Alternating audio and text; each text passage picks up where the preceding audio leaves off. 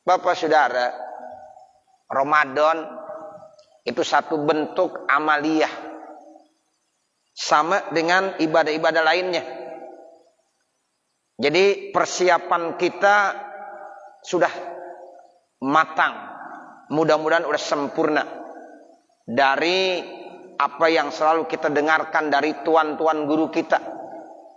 Karena Ramadan itu bentuk amaliyah, sehingga ini harus benar-benar kita perhatiin supaya nanti dalam pelaksanaannya benar-benar memenuhi persyaratan. Karena yang namanya bentuk amal ibadah mesti ada rukun, ada syarat. Jadi rukun dan syaratnya inilah harus kita benar-benar laksanakan. Di antara persiapan kita tentunya minimal 2. Pertama, bagaimana fisik kita, persiapan fisik supaya kita sehat. Karena otomatis kalau kita sehat enak ibadah. Ya itu penting. Walaupun memang sebenarnya puasa itu udah mengandung kesehatan. Karena Rasulullah udah bersabda, sumu tasihu. Puasa kamu, mudah-mudahan kamu sehat. Namun tetap kita harus jaga stamina kita supaya kita sehat bagaimana. Sehingga nanti dengan kita puasa tambah sehat lagi. Karena kalau kita dalam kondisi kurang sehat, makanya dalam Al-Quran Allah udah jelaskan. Kalau ada yang lagi sakit atau dalam keadaan musafir, nah itu kan boleh. Ya kita nggak puasa, nanti akan diganti dengan hari-hari dan waktu yang lain. Nah makanya persiapan yang pertama supaya jasmani kita benar-benar sehat. Ya tinggal beberapa hari lagi, makanya disitulah dalam agama kita diajarkan kalau orang yang kagak biasa puasa, kalau udah masuk nisfu Sya'ban nggak usah puasa dah. Itu dalam rangka apa? Mempersiapkan fisik kita supaya benar-benar sehat. Nah bagi orang-orang yang memang udah biasa ya puasa, terus puasa. Mau Rajab, mau Sya'ban, Senin, Kemis, terus. Apalagi yang namanya masih punya utang puasa. Kalau yang namanya masih utang puasa, ya wajib qodho. Tetap walaupun puasa tinggal 2 hari, 1 hari lagi, kalau memang dia masih punya utang puasa, wajib dibayar. Nah, orang-orang yang kagak biasa puasa, saat ini jangan puasa dulu udah. Persiapkan untuk Ramadan. Nah, supaya fisik kita sehat. Fisik kita sehat. Itu penting sekali.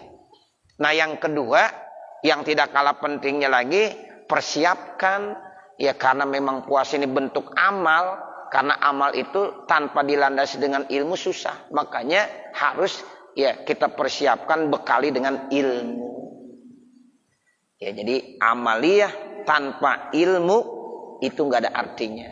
Ilmu tanpa amal, iya kagak ada artinya juga. Ya jadi dikatakan dalam satu peribahasa, ya itu al-amal, ya al-ilmu bila amalin kasyajari bila sama. Jadi ilmu tanpa amal bagaikan pohon tanpa buah. Kita udah ngaji, ya tapi ilmu kita kagak kita pakai, ya sama aja. Sekarang kita ibadah kagak ngaji, ya sama aja. Jadi jangan. Jadi artinya antara ilmu dengan amal ini harus sejalan, seia, sekata. Nah untuk itulah makanya persiapan ilmu ini penting sekali. Kita udah belajar terkait dengan masalah-masalah puasa. Nah tinggal kita amalin. Ayo sama-sama. Kita ingatkan kepada diri kita masing-masing. Badan kita udah sehat. Fisik kita udah sehat. Nah karena memang puasa ini merupakan bagian daripada amal ibadah yang harus ditopang dengan ilmu. Sehingga mudah-mudahan nanti puasa kita benar-benar sempurna. Kenapa? Semuanya didasari dengan ilmu. Bukan dengan ikut-ikutan. Dari mulai kita malam niat. Ya, itu didasari dengan ilmu semuanya. Tabitun niyah namanya. Ya, jadi kita harus tanamkan niat setiap malam. Setiap malam kita niat. Nawaitu shauma ghadin an adai fardi syahri ramadhani hazihi sanati lillahi ta'ala. Nah, itu kita udah lapazkan niat seperti itu. Tiap malam. Karena kata Imam Syafi'i, puasa itu tiap hari berbeda. Sehingga memerlukan niat. Setiap hari beda. Hari pertama dengan hari kedua berbeda. Hari kedua dengan hari ketiga berbeda. Dan seterusnya. Sehingga perlu adanya niat. Nah tuh, kalau kita sering baca ilmu nahu nih, ya kita udah sering disampaikan. Nah itu lapasnya begitu. Nawaitu sauma godin an adai fardhi syahri Ramadhani hazi sanati lillahi ta'ala. Itu kalau lapas Ramadan, ya itu memang isim ghairu munsharif. Dia punya dua ilat. Ilatnya pertama namanya ziyadah alif nun. Yang kedua alamiah atau ma'rifah. Jadi Ramadan yang dimaksud Ramadan yang sekarang ini berarti kan ma'rifah alamiah. Berarti dia ya itu termasuk isim ghairu munsharif. Nah di dalam kitab Alfiyah dijelaskan isim ghairu munsharif itu rofa'nya dengan dhammah, nasabnya dengan fathah, jarnya dengan fathah. Wa jurra bil fathati ma la yansharif. Tapi malam yaku al au ba'da malam yudab au yaku ba'da al rodib. Selama tidak diidopatkan, selama tidak masuk alif lam. Kalau isim ghairu munsharif nanti diidopatkan atau isim ghairu munsharif tersebut ada alnya, maka kembali rofa'nya dengan dhammah, nasabnya dengan fathah, jarnya dengan kasroh. Seperti contohnya nawaitu sauma godin an adai fardhi syahri Ramadhani hazihi. Sebab lafaz Ramadan itu diidopatkan kepada lafaz hazihi, sehingga isim ghairu munsharif yang mestinya dijarkannya dengan fathah sekarang kembali lagi dijarkannya dengan kasroh karena Ramadhani itu mudhof, hadhihi mudhof ilaihi. Nawaitu sauma godin an adai fardhi syahri Ramadhani hadhihi sanati lillahi ta'ala. Walaupun banyak di antara kita yang masih ngucapin nawaitu sauma godin an adai fardhi syahri Ramadhana. Dia anggapannya tuh Ramadhana itu isim ghairu munsharif sehingga dijarkannya dengan fathah. Padahal Ramadannya itu diidopatkan. Ada lagi yang berpendapat itu dalam Al-Quran katanya syahrul Ramadana, bukan syahrul Ramadhani. Nah begitu. Ya, ada yang bilang begitu. Ustaz, ya saya kan ngikutin apa yang ada dalam Al-Quran. Dalam Al-Quran syahrul Ramadan allazi unzila fihil Quran, bukan syahrul Ramadanil lazi unzila fihil Quran. Nah ini kelihatannya pinter tapi nggak paham berarti. Ya seperti itu. Jadi lafaz syahrul Ramadana itu Ramadana mudhof ilaih. Ya alamat jarnya dengan fathah karena dia isim ghairu munsharif. Karena tidak diidopatkan dan tidak masuk alif lam. Nah begitu. Makanya dibacanya Ramadana. Bahkan kalau kita baca syahrul Ramadhani salah. Ya seperti itu. Tapi kalau nawaitu sauma godin an adai fardhi syahri Ramadhana hazisana, nah itu jadi salah. Karena Ramadan mudhof, hazihi mudhof ilaihi. Sama juga laqad khalaqnal insana fi ahsani taqwim. Bukan fi ahsana. Kan ahsan isim ghairu munsharif. Tapi kenapa bukan pi ahsana tapi pi ahsani? Karena ahsani mudhof, takwim mudhof ilaihi. Ini artinya ilmu. Ya, jadi harus kita sertakan ibadah itu dengan ilmu dari mulai niat. Niatnya udah benar. Ya, niatnya udah benar. Termasuk nanti pada saat buka puasa baca doanya. Nah, itu harus didasari dengan ilmu juga.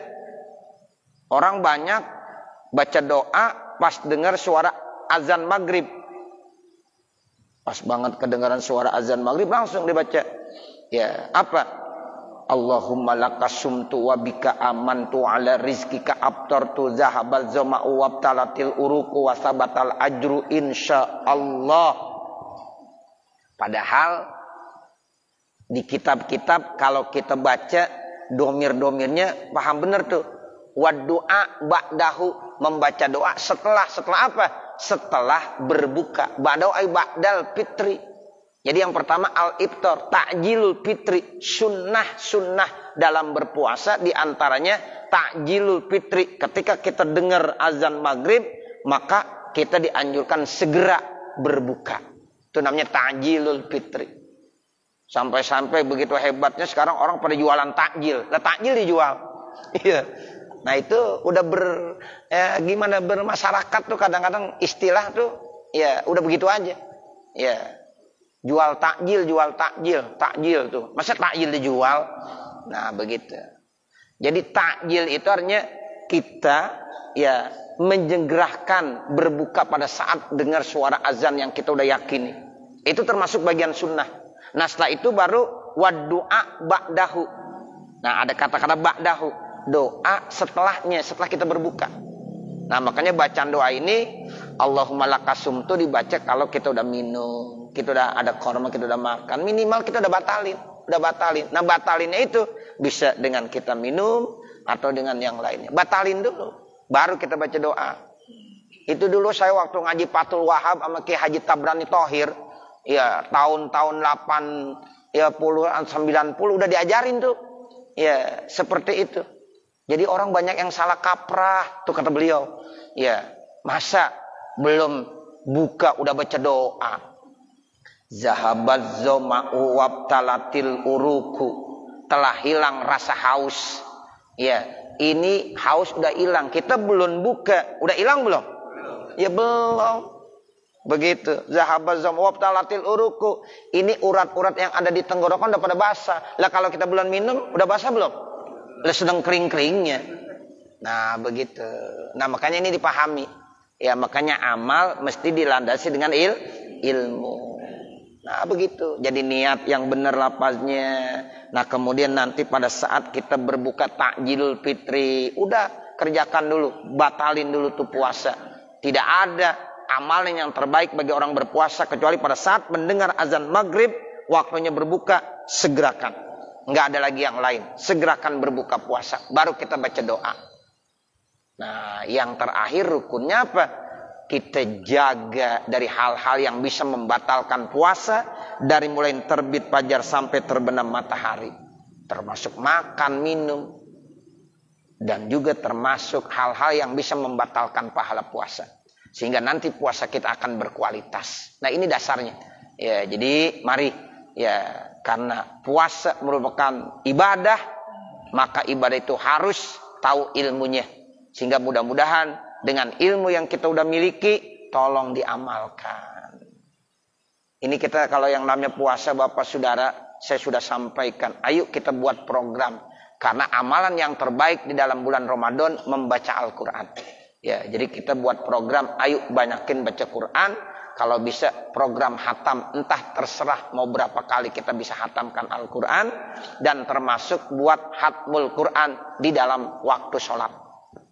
Ya, kemarin kita belajar tuh ya dalam kitab Al-Azkar, buah karya daripada Imam An-Nawawi, bahwa membaca Al-Quran yang paling tinggi pahalanya saat kita lagi dalam posisi sholat. Nah, ayo kita amalin. Ya, karena memang ini ilmu perlu diamalin. Jadi kita buat program, ayo di bulan Ramadan kita buat program hatam Quran dalam kondisi lagi sholat. Ya, dalam kondisi lagi sholat. Bagaimana caranya? Ayo dah kita atur sendiri. Ya, mudah-mudahan kita bisa ngamalin. Amin. Ya Rabbal Alamin. Sekian, terima kasih. Wassalamualaikum warahmatullahi wabarakatuh.